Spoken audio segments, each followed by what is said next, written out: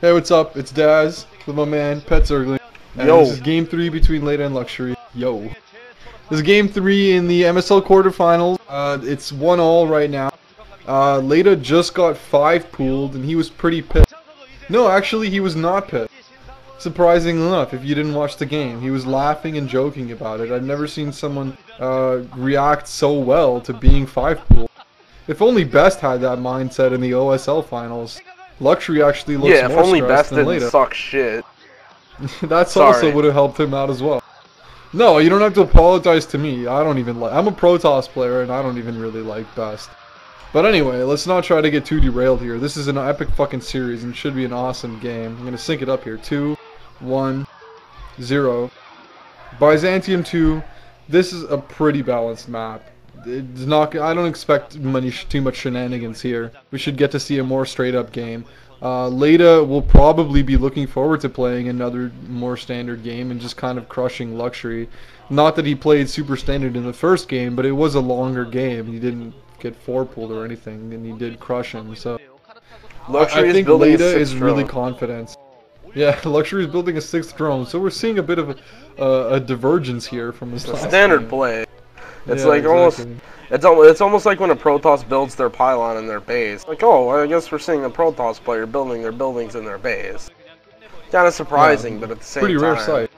Yeah, I agree with you saying that the map is balanced, but at the same time, between the two players, I really think that at least it would favor Leta, because at this point, even though he did just get 5 pulled, it seemed like his mentality, he was okay, and he really wasn't too crushed by it, and he could pick it He's back really up, and he was confident, kind of happy. I think. Yeah, exactly.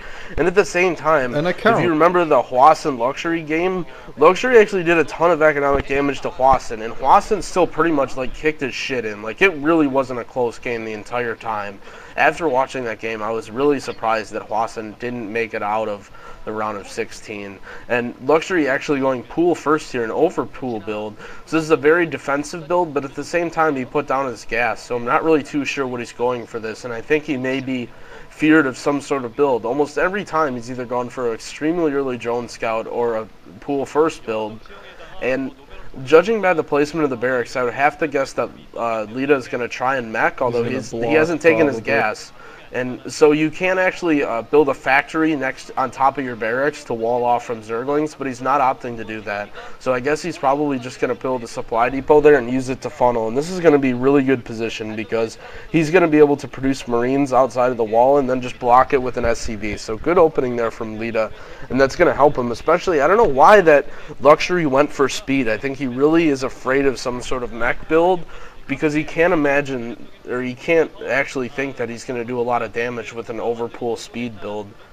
And especially across positions, even though he doesn't know it, like, you can tell that he wasn't really going for an attack here because he didn't drone scout. He has no idea where Leta actually is. So there's no way he can even expect to send Zerglings and do economic damage early. So he's just going to use these to defend. He's probably already going to start building up some drones. And, wow, interesting. Leta actually took his gas, and he's putting down his academy. I'm not really too sure what this means, considering Leta is only on 1 gas. So I'm guessing this is going to be somewhat similar to what Hwason did, how Hwason put his 2nd barracks down and took his gas and just got some academy tech units out while he expanded to be a little bit safer. And if Leta actually goes from this 1 barracks academy and gets a couple fire bats or medics and pushes out with an expansion, this is actually going to be a really strong build to counter Luxury's Maybe he's early going for some kind of crazy firebat push. You would think, but he didn't put the why. 2nd barracks down, so he doesn't have. He's not in a position to attack. It just seems like he wants to get the fire bats or medics out extremely quickly. But I don't see why that would be better than, as opposed to, let's just say, going 2 barracks without gas and academy and just building more Marines in a bunker. I think that you'd be even safer doing that than doing this, and you would be better off economically as well. But maybe this way he's going to be ahead, and who knows? Maybe he's looking to transition into some kind of aggression, like he's going to go for an expansion and then go for a really I really can't tell at all what the hell he's doing. But I mean, he's been really good with these creative builds, so it's probably going to be something fucking awesome.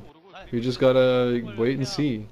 Okay, he's got a medic out. Yeah, he's getting stim. So, you know, didn't Hwason did a really early attack against Jadon on this map with just a few Marines and fire bats. Although I don't think he did it from one barracks. I think he was still a 2 barracks build. Okay, it looks like he's doing what you were saying. He's going for academy units before his expansion.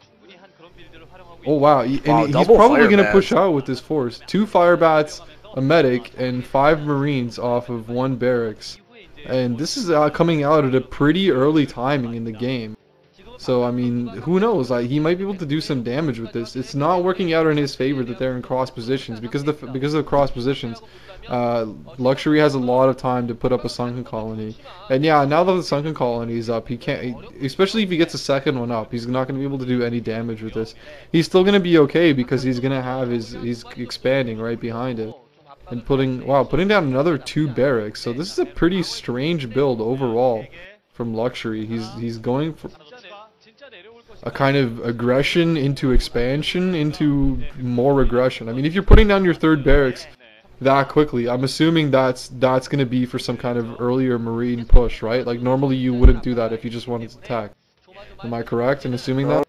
It seems like what he wants to do, he just wants to get units on the field, and that's a really good decision considering Luxury's gone for the 9 pool, and Luxury just pretty much showed that he's gonna lose to Leta if Leta does a strange build, and like his only win so far, even though we've only played 2 games, his only win was the 5 pool. And so Leta's probably just playing extremely safe here, and I can't imagine Luxury is gonna die to multiple barracks. But one thing, keep in mind, let's say a Terran went for a 2 barracks academy build and then pushed out to try and do a 1 base sunken break. That's probably what Luxury thought, because remember, Leta was walled in, so Luxury had no scouting information on Leta. So when Leta came out with those fire bats and medics, Luxury probably thought that he was going to sunken break him, and he actually didn't overcompensate for it, which was a really, really good move. And I would have expected Luxury to put up like maybe 3 or even 4 sunkens in fear of a sunken break. So I'm guessing that's what Leta was trying to do. But he knows he can't get that many Marines that quickly. Well, he didn't know that. He didn't know that there was only 1 barracks. He probably assumed that Leta had built a 2nd barracks and was building up forces, when in reality he just saved up for the command center. What I mean is that he probably figured that if he had gone 2 barracks, he wouldn't have had enough minerals to also get fire bat. Like he knows it's either go 2 barracks and build a bunch of Marines, or go 1 barracks and tech that quickly. So I mean, he might have assumed that there was a 2nd barracks coming down as well. Well, it wasn't that quick tech, because remember, Leta waited. He had 2 fire bats and a medic off of 1 barrack, so he had the academy out in time to build 3 units. When normally you get the academy out, then you build 2 and then push out.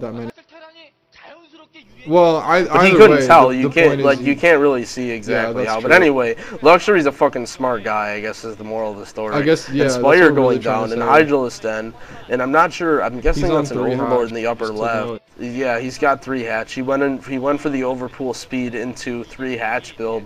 A lot safer of an economic build, and Leta's going to have some turrets up in time.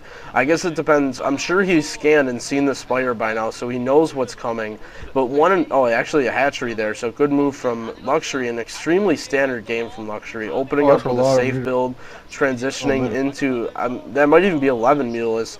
And it's going to be important for Leta that he keeps all of the turrets in his natural expansion, and he has those ready, because once the turrets go down there, it's extremely difficult to get Marines back there to defend, because there's just so many minerals and SCVs and stuff running around. And Leta actually split his group of Marines and medics. Very good move there, keeping about 12 in his main and 12 in his natural expansion to be sure he doesn't lose any turrets, because he knows that Luxury's going to have to keep him in this base. Well, Luxury's just being careful. He's just using the Mutalisks to secure his 3rd base, because at this point he knows that Leta's been running off of multiple barracks for a long time now, and he's going to have enough units to defend against this Mutalisk harass. So really the best he can hope for is to go for a 3rd gas, get his defilers and lurkers up in time, but I don't know. Luxury still wants to do some damage here, and he's just kind of flying around. He hasn't really picked up anything. I think he's gotten 1 SCV. And that's one thing that Luxury likes to do, is he likes to fly around, and he doesn't really do constant, like, Jaedong-esque harass where he keeps getting stuff. He'll keep flying around and be really careful, and he'll try and find, like, 1 weak spot. And sometimes he can find it immediately. Sometimes it takes him a while, but he likes to find, you know, 1 spot. Like, if you remember the Hwasun game where he just went right in his main and just killed all of his SCVs, or like, you know, it just depends on what he likes to do. But he's playing really passive with these, and now I think he's going to try and go in his base. No, what? I don't know. No, I guess he's just flying around. Oh, he's just delaying the army. Yeah.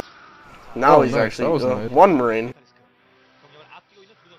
Well, you know, it's one Marine's better than nothing, and he's delaying the army forever. And he has to delay it long enough to get lurkers or something at that expansion. I think Leta smelled the expansion going up. He smelled him going for a quick third, and that's why he's moving out here. But he really hasn't been able to do anything. That's probably why Luxury was being so careful, like you mentioned earlier. He just wanted to make sure that he didn't lose any Mutalisks, so that when Leta does move out, he has his entire group of Mutalisks just to be able to delay him as long as possible. Because I think right now his game plan is he just really wants to get that third up. Like, well, he's already I mean, he transferred a lot of drones, and he's got a lot of drones there already. So he looks like he's really macroing up hard, and he's going for the hive. So he's really transitioning into a power late game. Was going to go for probably heavy.